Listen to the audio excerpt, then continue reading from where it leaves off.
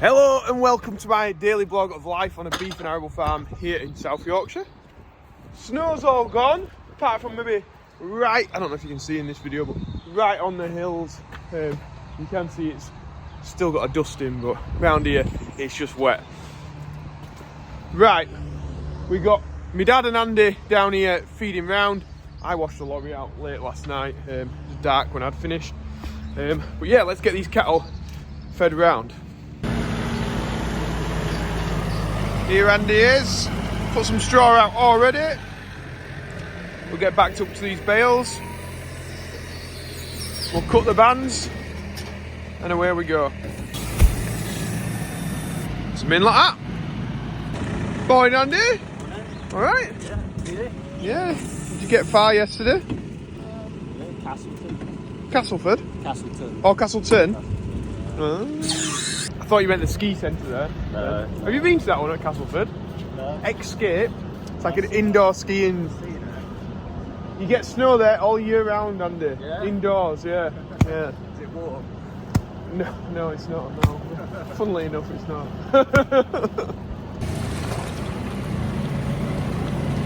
Just get Andy backed into the pens now.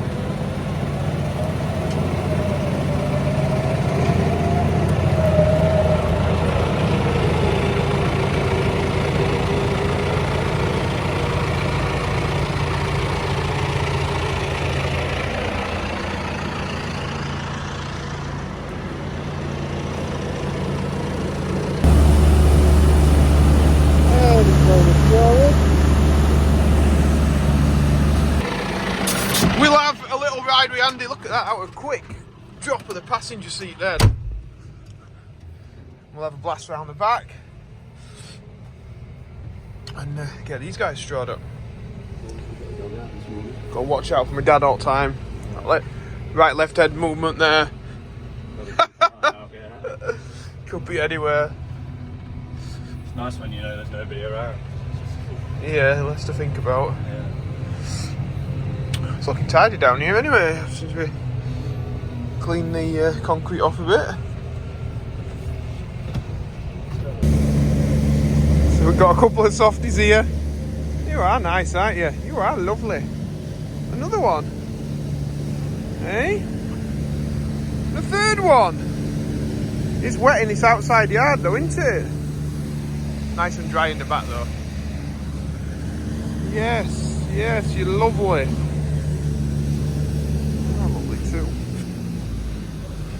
That's looking better.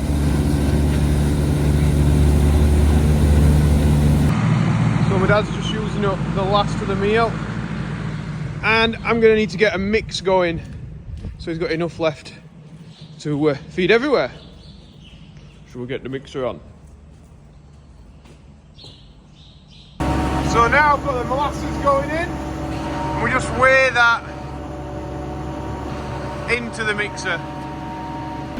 It's like baking a cake. We put all the ingredients in.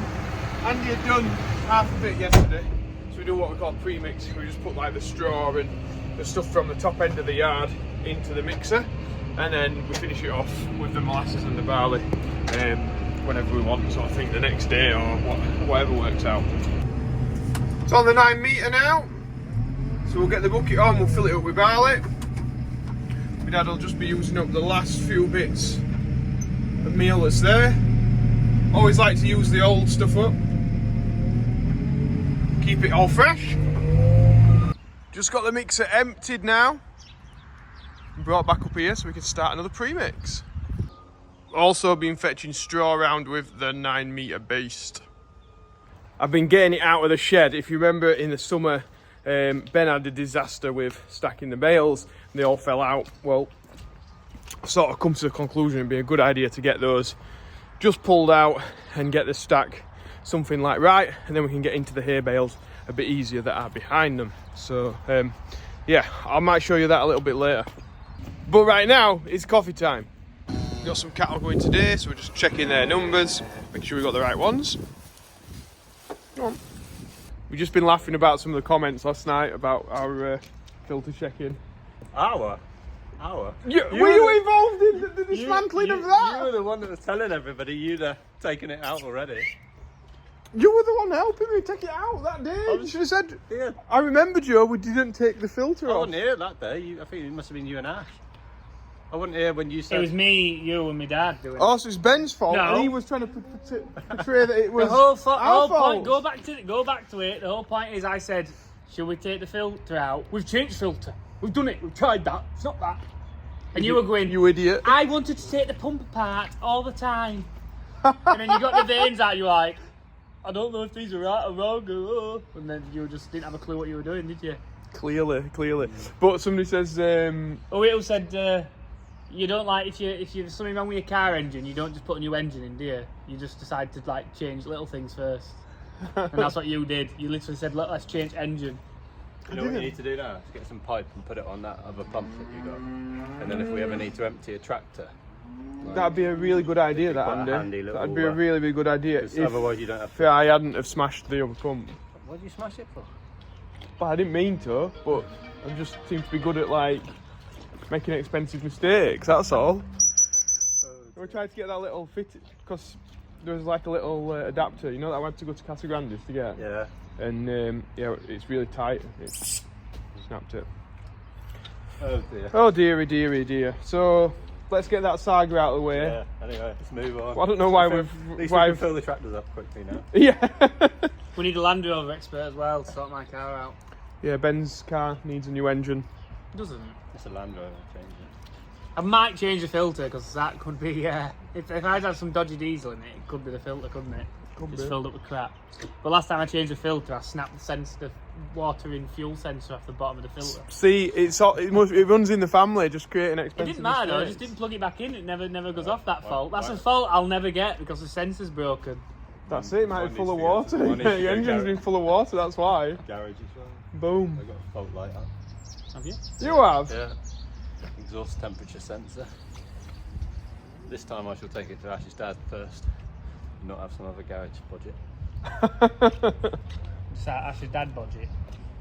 Well, I think they'll be alright. You could trust Ash's dad, can't you? Yeah. So Ash's brother and dad have a garage down in Wunwell. A&A Motors, if anybody wants to check them out. Really good local garage. And Sell yeah. cars as well. Yeah, they do sell cars actually as well, yeah. Look at this, Jay. We're plugging your business here. Yeah, they're just, you know that if you take it there, you're not going to get ripped off. They're just going to do the job that needs to be done, and Get done. it's going to get done to a good level. So, yeah, anyway, there you go. Plug. So, Andy's off now. My dad's going to pick up some cattle. I'll jump on the TM and we'll get some cows fed, I think. Right, so I've got my phone holder in here. Dad's just leaving in the lorry, and I'm going to get a mix on. So we'll get cracking with that. So I've got the 210 started and got my bales cut and stuff. I'll just pick this bucket up. I do think that the Mapbro headstock, the pin and the cone, it's got to be the best one, right? So easy to pick buckets up. So we'll head over to the mixer and we'll start mixing. First thing we always put in our mixers is the straw and the hay, because it needs to be cut up a little bit. It needs to be chopped really well. So we always put these in the first, it gives them the longest time. It's also like the lightest stuff that we put in. So if we were to put this in last, yeah, if we were to put it in last, it'd just float on top and it wouldn't really get incorporated. So it has to go in first, and then all the products can go on top of it and weigh it down and gets mixed together a lot easier. That's what we find anyway. If anybody thinks different, let me know in the comments, but yeah, we always put like the forage in first.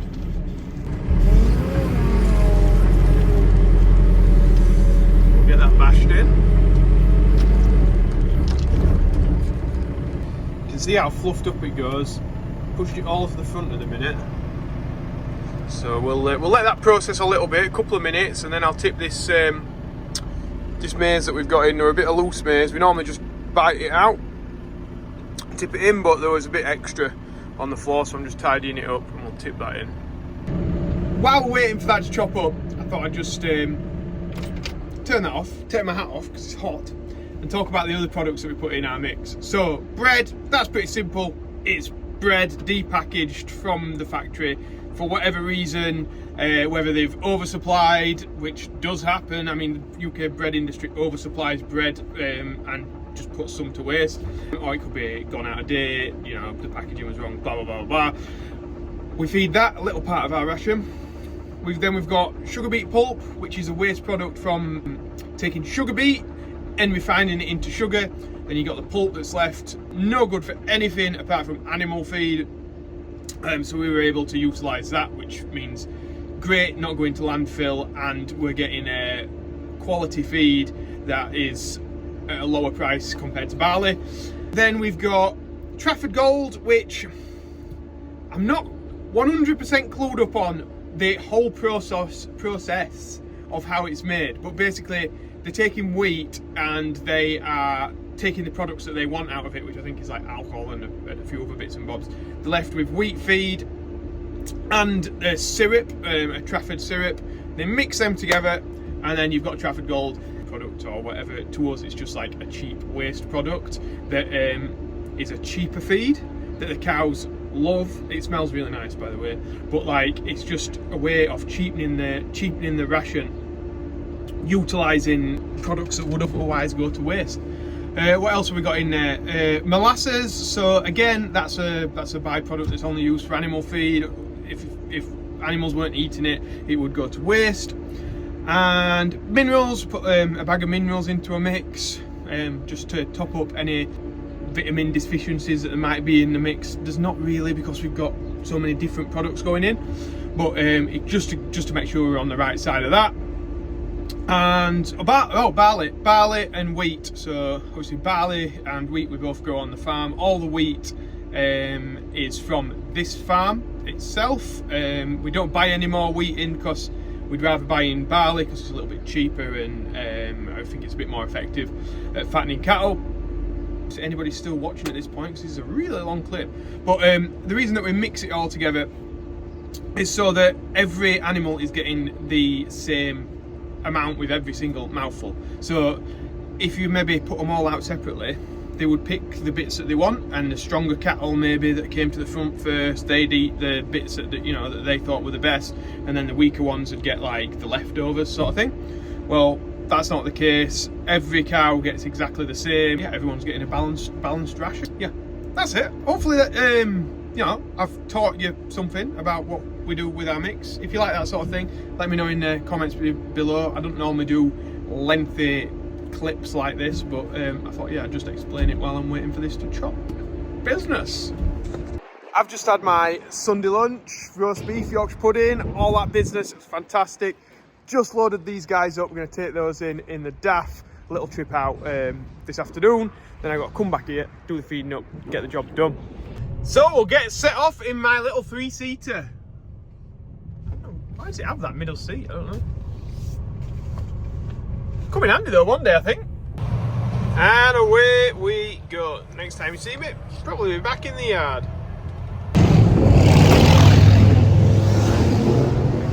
That's loud.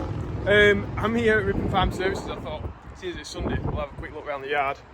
So I'm only got to feed up when I get back. So I've got a nice cool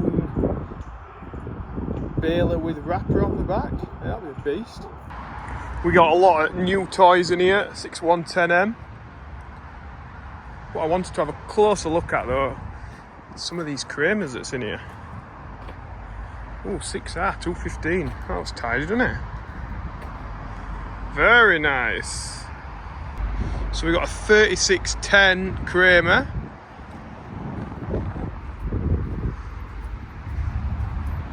Does that mean then, I think it does, very similar to the 9-metre that we've got.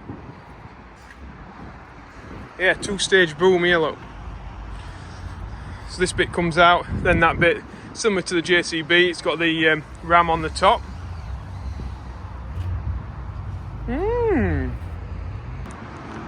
Oh, it's got like a real meaty mirror arm there. We'll have a look at that in a second.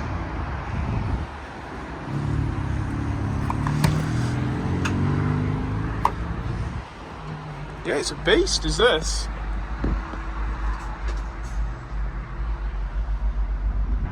cab seems to sit a lot taller than ours in the JCB, where that makes it better visibility. The boom seems to be lower. I think ours is a bit higher than that. So an interesting machine I think we've got here. Oh, look at that, that's beefy that, isn't it? LEDs even down this side, look. Class.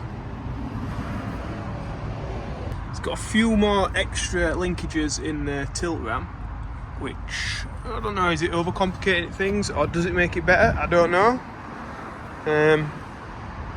Yeah, it's got me thinking that. Look at this honey though.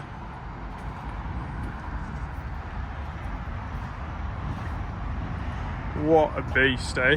Can't even get it all in. Yeah, that's creating a presence, isn't it, that one? Definitely. That is a presence creator if you rock up in that.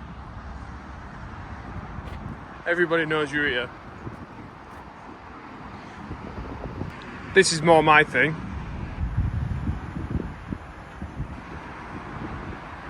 So we'll just take a look down the rest of the line of machines. 100, a 155. All the LED lights on that. Now this one's a big Kramer, isn't it? That is wide. What sort of weight's that then? 5 ton. 5 ton, it's an absolute weapon. Or is it even, it might even be 5.5 ton. Yeah, it's got some weight block on back that.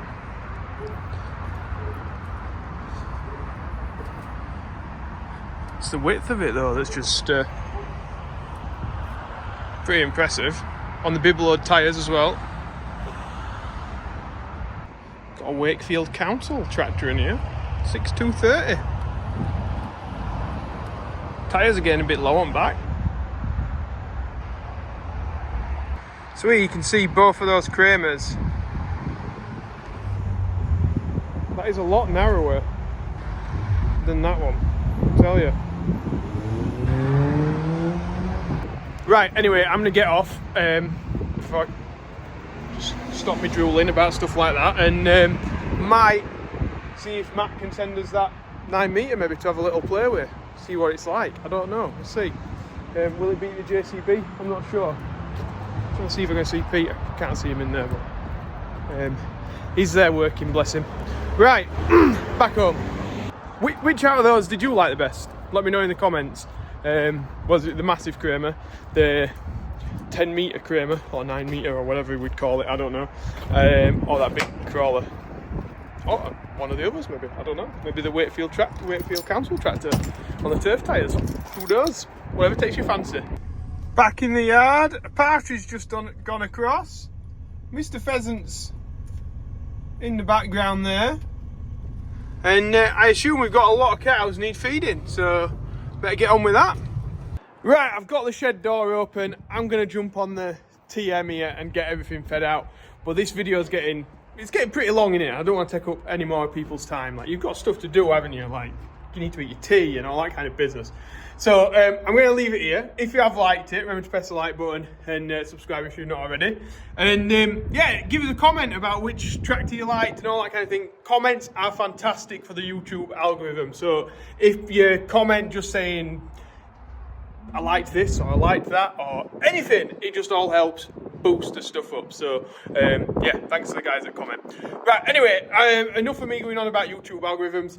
Everybody have a great rest of their Sunday, and me, Andy, Ben and the rest of the team will see you tomorrow. Business. Thanks guys, bye.